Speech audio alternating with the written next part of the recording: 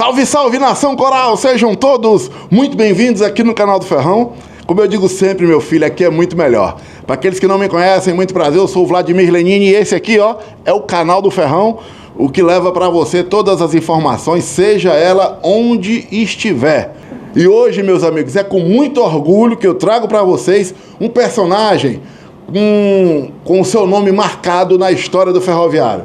Eu tenho o prazer de trazer, por favor, aqui, olha, esse aqui é o senhor Clóvis Dias, o homem responsável pela retomada do ferroviário nos anos 90, trouxe o único bicampeonato que o Ferrão ostenta na sua história e eu confesso a vocês que eu estou emocionado. Falei já para ele aqui em off e assim, ele talvez não tenha essa noção, mas nós que somos, né, torcedores de arquibancada, a gente guarda com muita emoção mesmo aqueles tempos onde o ferroviário ia a campo e a gente sabia que ia brigar por título, por vitória.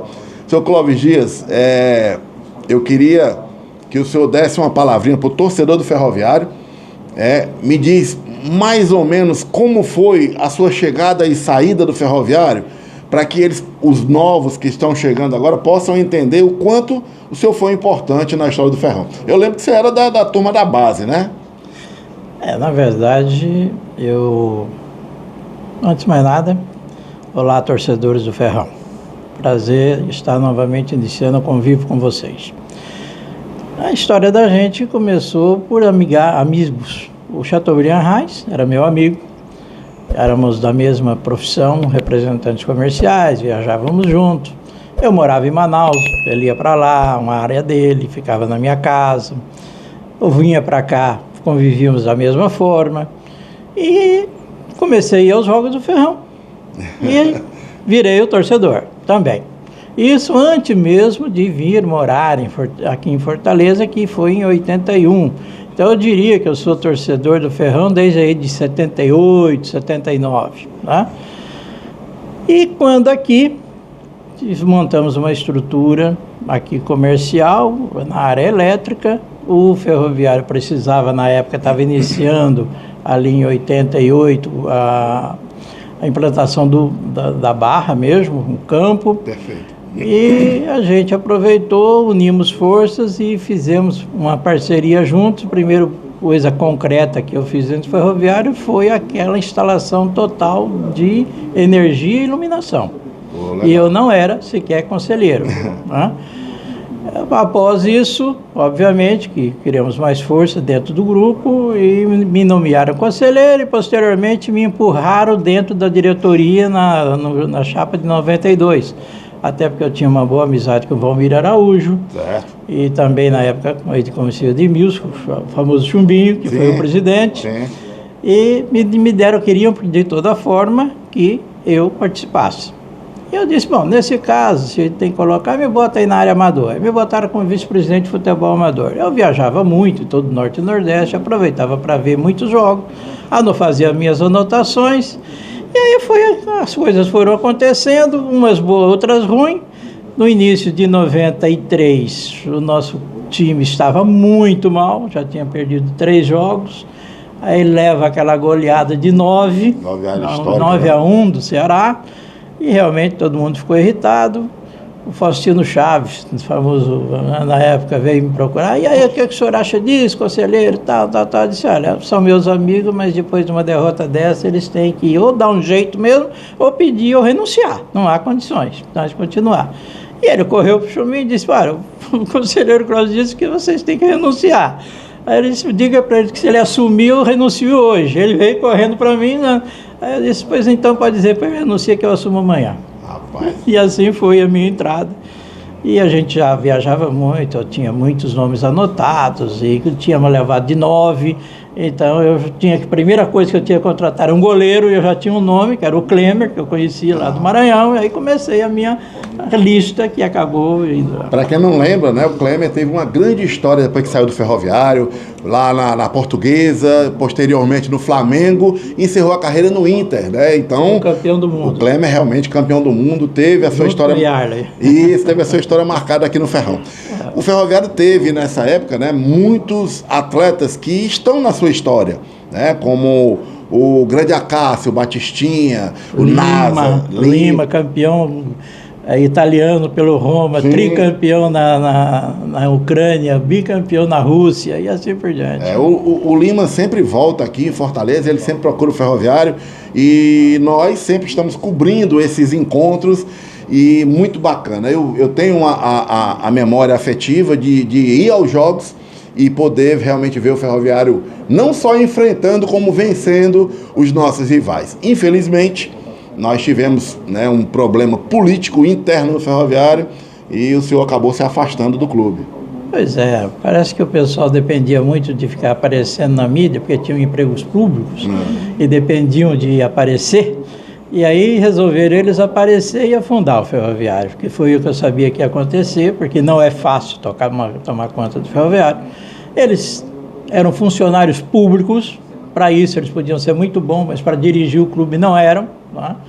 Essa é a verdade, eu não tenho medo de dizer, e aconteceu o que aconteceu. E a gente ficou magoado, claro, passei muito tempo magoado, mas os amigos aí me convidaram para ver se a gente dá uma retomada aí, e estamos conversando, acredito que temos planos para isso, podemos fazer isso e por isso estou aqui. Bom, vamos já falar disso. Agora, depois da sua saída do Ferroviário, o senhor andou, né, vamos dizer, trabalhando mais intimamente com alguns clubes, até com o Ceará aqui, enfim, o senhor andou pelo mundo do futebol. Eu não parei no futebol, eu tinha assumido muitos compromissos, não dava para parar.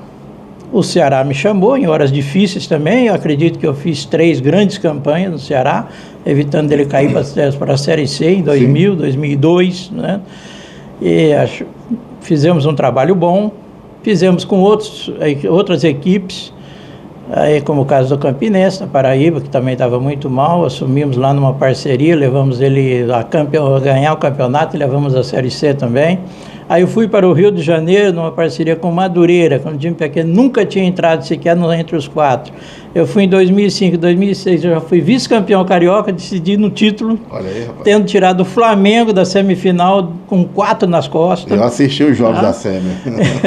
Então, a gente acha que teve sucesso onde passou. Muito bem, então uma história rica, não só aqui em solo cearense, como também sua passagem por vários clubes. Eis que, né, o tempo passa e a gente imagina que o Clóvis vai dar uma descansada, né? Hoje já está mais maduro e tudo. E de repente, velho mesmo. E de repente é convocado para uma nova empreitada. Existe agora, né, um caminho em que o Ferroviário está desenhando um comando do futebol pela SAF, mas existem eleições lá da diretoria executiva. Depois de muito tempo, 2 chapas estão inscritas. Não, no momento nós estamos dando apoio, com uma conversa de tudo correndo bem, tudo dando certo, como eu acho que tem tudo para acontecer, nós poderemos participar de uma forma mais profissional, diretamente na área de futebol, porque o Ferroviário vai precisar de fazer um trabalho bem diferente, bem inovador, compondo, porque o Brasil hoje está com deficiências de atletas, deficiências de jogadores, e nós temos onde buscar essa composição para fazer outra vez o Ferroviário se destacar fora do Brasil, atletas de fora do Brasil, em conjunto, obviamente que ninguém vai fazer um time totalmente de estrangeiro, mas uma equipe que possa compor dentro das condições financeiras, dentro da nossa realidade, fazer um futebol forte e que venha a ter sucesso para garantir o sucesso futuro. Bom, então quer dizer que o torcedor do Ferroviário não fica só nessa emoção, como é que eu estou sentindo agora, em reencontrar o Clóvis. Tem muita lenha para queimar ainda dentro do futebol? Tenho. Eu estou com 75, mas ainda corro 10 km todo dia. Ô, rapaz, corre mais do que eu. Bom, Clóvis Dias, eu quero deixar à sua disposição aqui o microfone do Canal do Ferrão, né? Nós fomos criados aqui em 2017, então o Canal do Ferrão está caminhando para os 10 anos.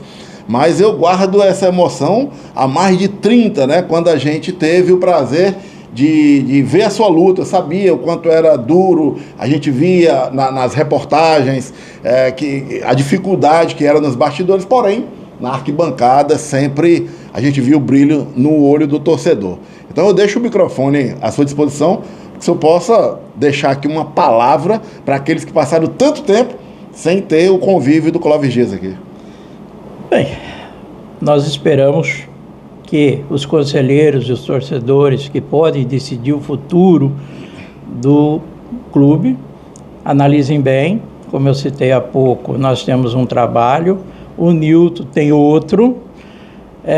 Esse trabalho foi bem feito, teve bons resultados, os torcedores tiveram prazer e orgulho de dizer que eram torcedores de Ferroviário nessa época. Em outra vez isso, acreditem não só na lógica, na competência já comprovada, mas no conhecimento que se tem e no amor que eles também têm, nós temos pelo clube, e pensem bem na hora de votar e tomem a decisão melhor para o clube.